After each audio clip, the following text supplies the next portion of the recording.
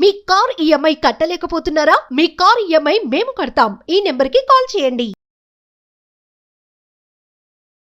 నమస్తే, welcome back to Suman TV. నేను మీ సంజయ్. ఈరోజు మనతో పాటు ఉన్నారు advocate come politician Rajesh Kumar గారు. సార్తో మాట్లాడి కొన్ని విషయాలు తెలుసుకుందాం.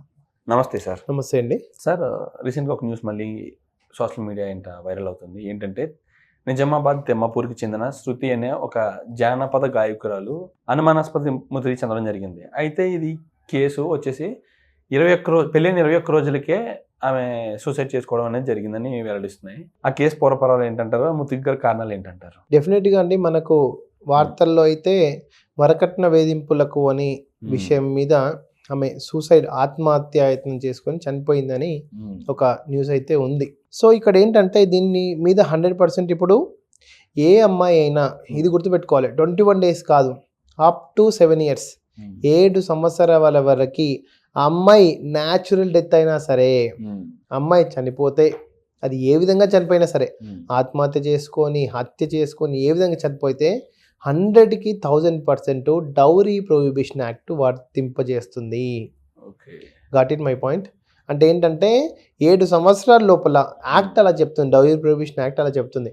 అమ్మాయి ఒక అత్తగారింటికి వెళ్ళిన అమ్మాయి 7 సంవత్సరాల లోపు మరణం అయితే 100% అత్తమామల మీద, కొడుకు మీద, భర్త మీద, అందరిపైన డిపిఏ యాక్ట్ అనేది 100% అప్లికబుల్ అవుతుంది. అంటే ఇక్కడ ఏంటంటే ఒక నానుడు ఉంది.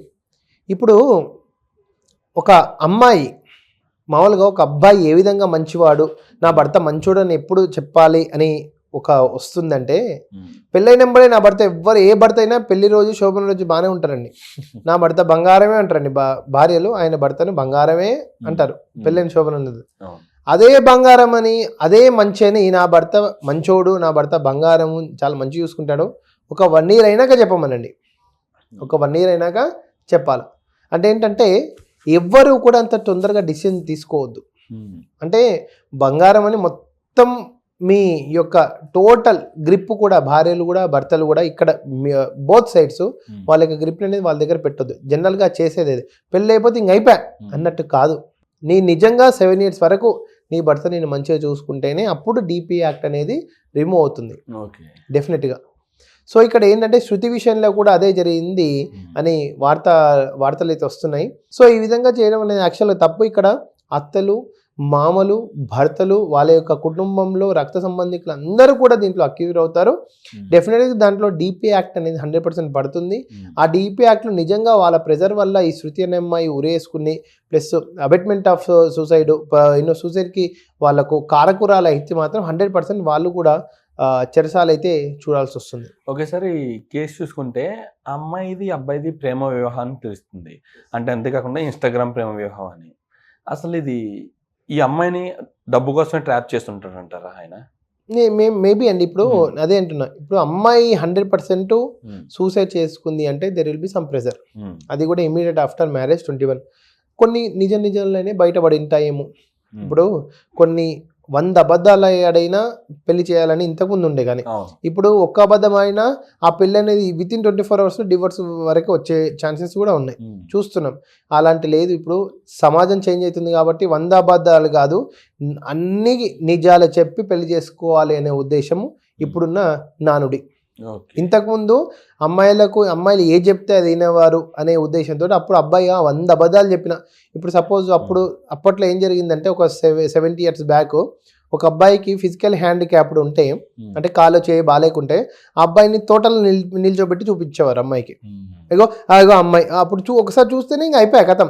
మళ్ళీ కలిసి ఇప్పుడు ఫోన్లు, చాటింగ్లు, డేటింగ్లు, ప్రీ మ్యారేజ్లు ఏం లేవు కదా, యాక్చువల్గా ఎంగేజ్మెంట్లు ఏమేం లేవు. ఒకసారి చూపించారా, నెక్స్ట్ రోజు ఇంకా తాళి కట్టి నెక్స్ట్ అదే రోజు శోభన అంతే అయిపోయి అక్కడనే.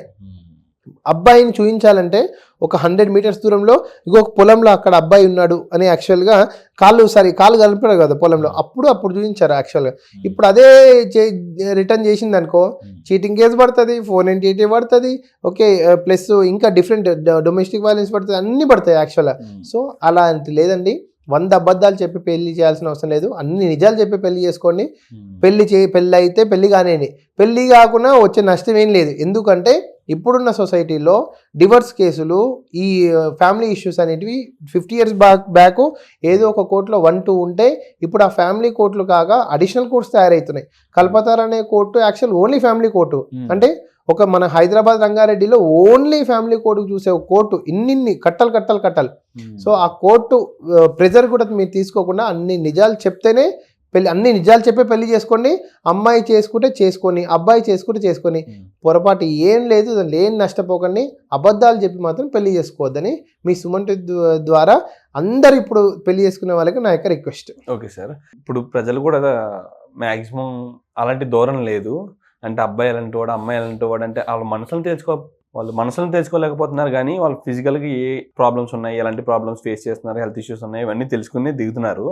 అండ్ అంతేకాకుండా ఒకవేళ పెళ్ళి అయిన 7 సంవత్సరాల లోపే ఈ అత్తమామలు కానీ కట్టుకున్న భర్త కానీ ఆడపడుచులు కానీ కట్నంపై వరకట్నం గురించి వేధింపులు చేస్తే వాళ్ళపై ఎలాంటి యాక్షన్ తీసుకోవచ్చు అంటారు, ఎలాంటి శిక్షలు పడే అవకాశాలు ఉన్నాయంటారు? డెఫినెట్లీ DP యాక్ట్లో ఒకవేళ అమ్మాయి చనిపోయింది కాబట్టి డెఫినెట్గా వాళ్ళు అబోవ్ 7 to 10 years వరకు పనిష్మెంట్ ఉంది DP యాక్ట్లో.